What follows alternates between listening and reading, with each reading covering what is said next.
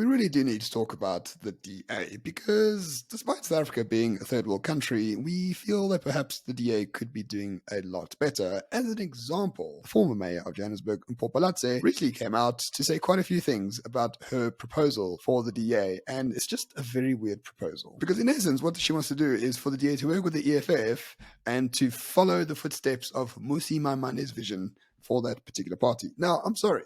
How can you have someone in the DA wanting to work with arch communists, grifters of the highest order, and then following the footsteps of someone who lost 500,000 votes to other parties, who had the worst election record in like a decade for the DA?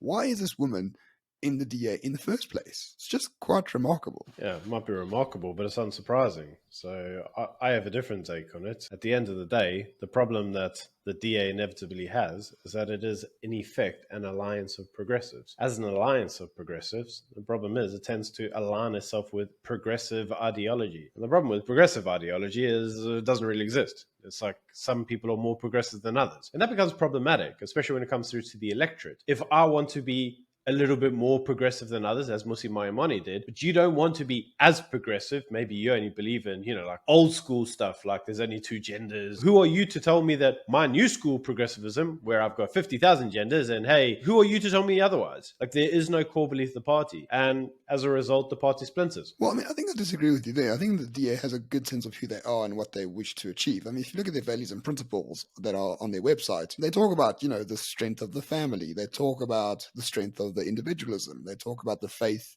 in South African people. They talk about freedom. They talk about individual rights and freedom of opportunity and all that sort of stuff, which is all good. It's like sort of basic, classic liberal values for the most part. The real issue is they bring on people who don't believe in such things, right? And I think it's because there's such a sort of dearth of talent in South Africa, of real political talent. The average South African doesn't know what politics is or what the constitution is, let alone how to become a politician. Most politicians are just grifters for the most part. It's just another way to become rich rather than actually believe in a particular idea. And Mpho is a good example of this. Like, this woman was the mayor of Joburg. I live in Joburg. There was no difference whatsoever between her as mayor, the ANC as mayor, or now ISIS as mayor. Now that she's sort of out, right, she wants to become the leader of the DA.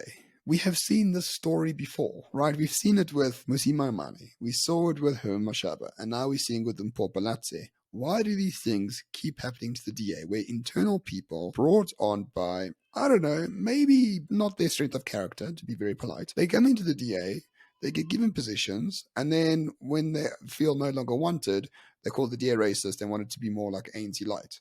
It's like the third time in a row it's happening. There's something wrong with the DA in this regard. I think I disagree with you in some respects. I mean, obviously, I understand that the DA now has a policy framework, but let's cast our memory back. This was John Steenhuisen who called the first conference to decide what the policies of the DA were going to be. He came up with this idea, this really key idea that's even in the Constitution. It's called non-racialism. They came up with their own ideas of policies. And why did they come out of that? Because during the Musi Maimane era, and before that, the Democratic Alliance was an alliance of progressives. And it didn't really matter who those progressives were. I mean, if you think who they had in office, it was like, we'll take anybody who just wants to be in the DA. I mean, yeah, who cares if you're, the chickie who caused a little bit of a kerfuffle down there in the Western Cape by assaulting some people because they were racist. It's an easy chav. What's the worst thing you can call someone? It's racist. If you use the R word, has the biggest connotations. So it's like once they are no longer friendly in terms of their alliance, the R word comes out. It's like the R word, the thing that could crush everybody's livelihoods and their careers. That's exactly what we see coming out. They have fallouts, then they want to run out, they want to claim racism, and they want to bugger off. But the reason for the fallout in the first place is because these people that were recruited way back when didn't come into the DA on the strength of the DA's beliefs, because to a degree at that point in time, the DA didn't really have those beliefs. They do now, and I'll grant you that. So I think what we're actually seeing is we're possibly seeing a deluge of legacy issues that are now coming through in the DA. And I think we're going to continue to seeing these for some time until they get rid of the old guard. I mean, I think that's fair, but this only happens like in the DA. If someone leaves the ANC, they're either in a stretcher, in the morgue, or like just run out, right? And we don't hear from them ever again. But for the DA, when someone leaves, it's always an issue. Right? It's always like, the black exodus, or it's always about the racism. It's like the messaging around someone leaving is determined by the person leaving. It's not ever determined by the DA, but there's a sense, there's a sort of a lack of proper authority one could say, in the DA and its people. And it really screws over everything. Because Mpopalatse wants to be the leader. She hasn't tweeted in like weeks. She hasn't had a single public appearance. She hasn't appeared on any news sites to promote her campaign. And her campaign, when she does promote it, is like circa 2016 Musi Mamane. Like, this is someone who is not smart. This is someone who lacks political nuance. And yet she's still seen as like someone who could take out John Steenhuisen. Like, these sort of people should never be promoted to the positions where they could fail. I don't think she is. I don't think she's going to try to take out John Steenhuisen. I mean, let's not forget that she married an individual last year who is a member of Action SA. I think this is clearly a power play for Action SA. Clearly what she'll try to do is she'll try to run for the party position. She'll probably fail. She'll get no votes, and off she'll go off to Action SA, making claims of racism along her way to inflict the maximum amount of damage on the DA on their way out. It's like there's two things I suppose you could raise on that. The first is that the media class doesn't want to see the DA succeed, which is why it harps on those topics. And the second is that, you know, it's more juicy because there's an unknown quality to the DA. They not in power, they might be in power. There's more of a ifs and buts games, whereas with the ANC, it's like, okay, somebody left, like who cares? And as a result, these things generally tend to get blown up. The most racially diverse party in South Africa gets classed as racist. Yeah, fundamentally, it's just a pity because, as everyone knows, we are huge DA shills. Like, we would never say anything bad about them, other than the fact that there's a terrible thing about the DA in terms of vetting people who join the organization, and they always get screwed by those who leave the organization. They're the only party to do that, and I think it's baked into the liberalism of the DA. I'm not a liberal, but if you want to be a liberal for the public. But in your own party, be fascist. Like, be a dictatorship. Be someone who has authority and dictates what happens. You can't leave it up to a vote. You can't leave it up to chance. You can't leave it up to what people are feeling on that particular day, because those sort of organizations don't tend to last at all. Not in business, not in family, not in church, and certainly not in politics. It's funny that the ANC actually understands this, because if you actually watch the ANC vote in Parliament, they're not pitched so they don't have to pass their vote.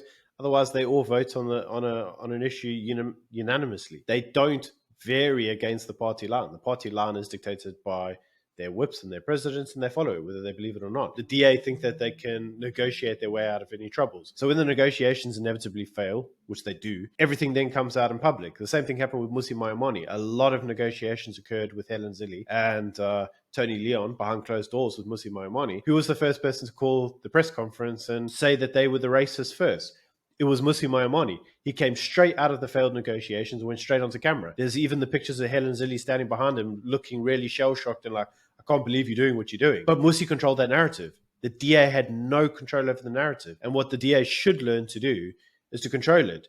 But you see, they don't want to, because remember, they're an alliance of progressives. They all want to just be friendly together. And friends are great until they're not friends anymore, right? It's at that point that the DA doesn't seem to be able to take control of the comms and actually steer the narrative in the way that it should be done. I can't see that happening anytime soon. No, unfortunately not. And unfortunately, it's working against them in this coalition, right? Actually, say attacks them mercilessly, and they get the upper hand each time. Oh, but why doesn't the DA just vote with their coalition partners to put in the PA? Right. And the DA says, no, the PA are a bunch of grifters. We've got a coalition agreement, and on principle, we refuse to work with grifters. The principle is great. No one knows about it. Because Action SA keeps taking the upper hand and getting the message out first. So it's a sort of leadership comms issue more than anything else. But fundamentally, at the end of the day, we need a bit of more muscular liberalism. You know, just because you're liberal doesn't mean everyone else matters or everyone else is equal. Some are more equal than others, especially in hierarchies such as political parties. You use or don't use your power, it's up to you. But just know that you have it. And if you use it, you'll turn out better than if you didn't. It's one of the things that I think they should take away even from the Me Too movement. And that is usually the person who cries first is usually the person that's most believed. That unfortunately, and we've seen in Me Too, there's many instances where the person who cried first actually lied. But it doesn't matter. They control the narrative, right? They were the first to come out there. The same thing occurs with racism charges. The person to cry racism is usually believed. Everybody else has to kind of prove their innocence. Gone are the days of you're innocent until proven guilty. Now you're guilty until proven innocent. And I think the DA needs to learn that. They need to strike first, strike hard, no mercy in this dojo, right? So the idea is once they actually embody this Cobra Kai type message, maybe they'll have a better idea on how to actually control their narrative. But until then, everybody else is going to keep striking hard. And unfortunately, the DA is going to constantly walk away with a bloody nose.